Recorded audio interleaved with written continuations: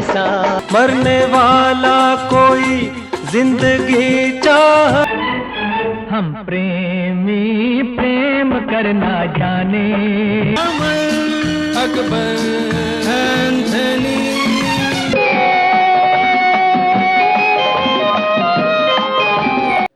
विनोद खन्ना वो नाम जो अपने आप में एक पर्सनैलिटी के हिसाब से देखा जाए तो ज़बरदस्त नाम था। विनोद खन्ना का नाम सामने आते ही वो खूबसूरत अच्छी पर्सनैलिटी का इंसान सामने आता था।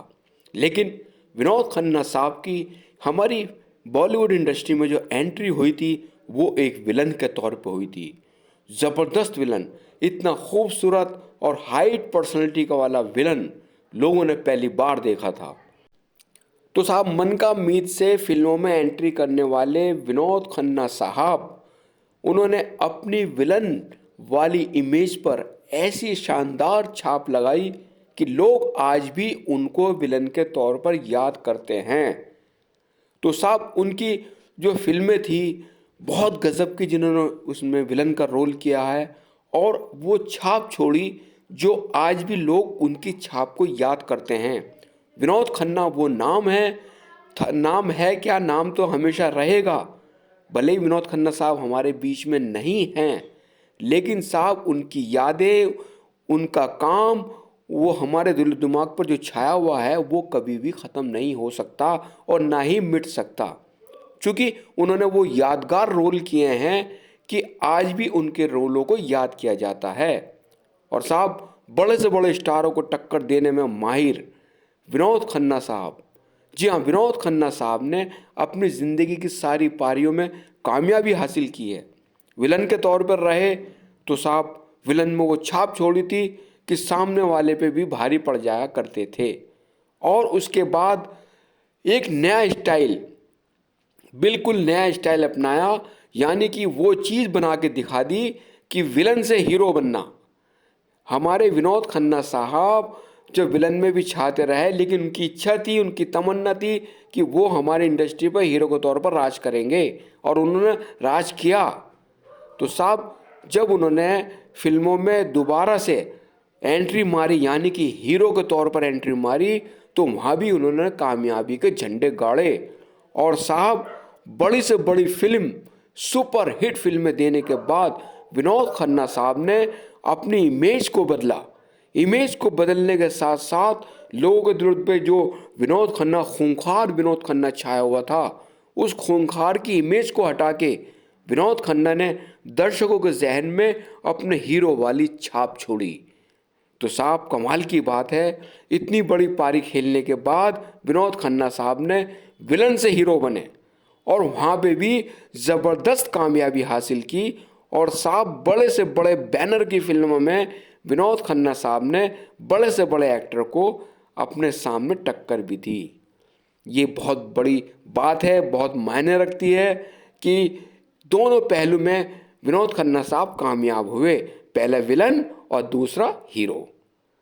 तो साहब, और जब साहब विनोद खन्ना साहब अपनी टॉप की सीमा पर थे, एक ज़बरदस्त उनका जो किरदार चल रहा था, हर वक्त बिजी थे और बड़ी से बड़ी फिल्मों के ऑफर उनके पास हो रहे थे और बड़ी से बड़ी फिल्में कर भी रहे थे, और यानी कि टक्कर भी दे रहे थे सबको। तो उसी दौरान विनोद खन्ना साहब को क्या सूझा, उनके जहन में कैसे आया, क्यों आया, ये आप सब जानते हैं। और ये भी कहावत है, बताते हैं लोग, कि अगर विनोद खन्ना साहब ये गलती ना करते तो हमारे इंडस्ट्री के महान कलाकार, सुपरस्टार अमिताभ बच्चन को शायद वो मुकाम नहीं मिलता जो आज जिस मुकाम पर अमिताभ बच्चन साहब विराजमान हैं।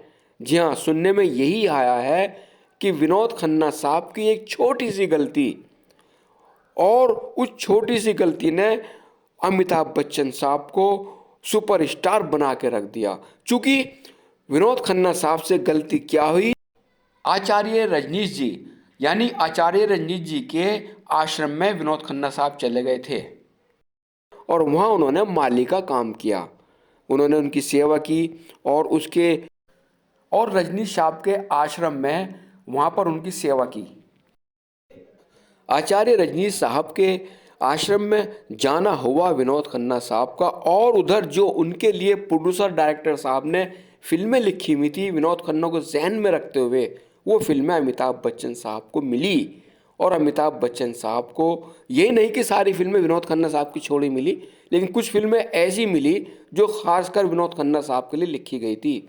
और साहब फिर किस्मत भी अमिताभ बच्चन साहब की थी। अमिताभ बच्चन साहब ने अपनी तरक्की, अपनी कामयाबी को वो बुनाना चाहा और बुनाया भी, और वो आज तक उस मुकाम पर टिके हुए हैं। तो विनोद खन्ना साहब वो दमदार एक्टर थे, वो ज़बरदस्त पर्सनैलिटी वाले एक्टर थे कि उन्होंने अपनी लाइफ को बड़ा संवारा।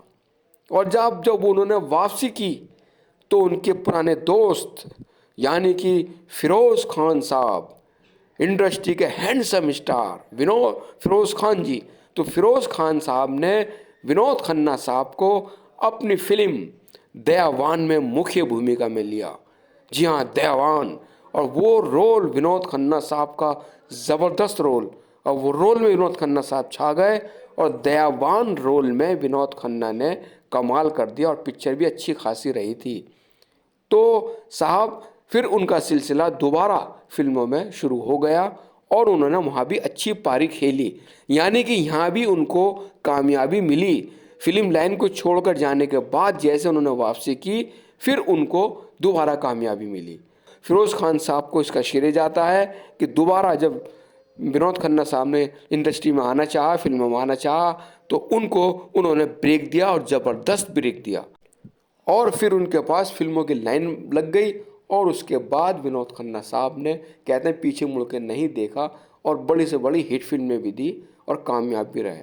तो साहब फिर उम्र का पड़ाव रहा, उम्र के पड़ाव में उन्होंने फिर कैरेक्टर रोल भी किए। उसके बाद तबीयत अचानक उनकी ख़राब हुई, और अचानक तबीयत ख़राब होने के बाद उन्होंने फिर, यानी कि जब जिसका बुलावा आ जाता है उसको कोई नहीं रोक सकता, यानी कि विनोद खन्ना साहब का ऊपर से बुलावा आ गया, और उनको इस दुनिया को छोड़कर ऊपर वाले के पास जाना पड़ा।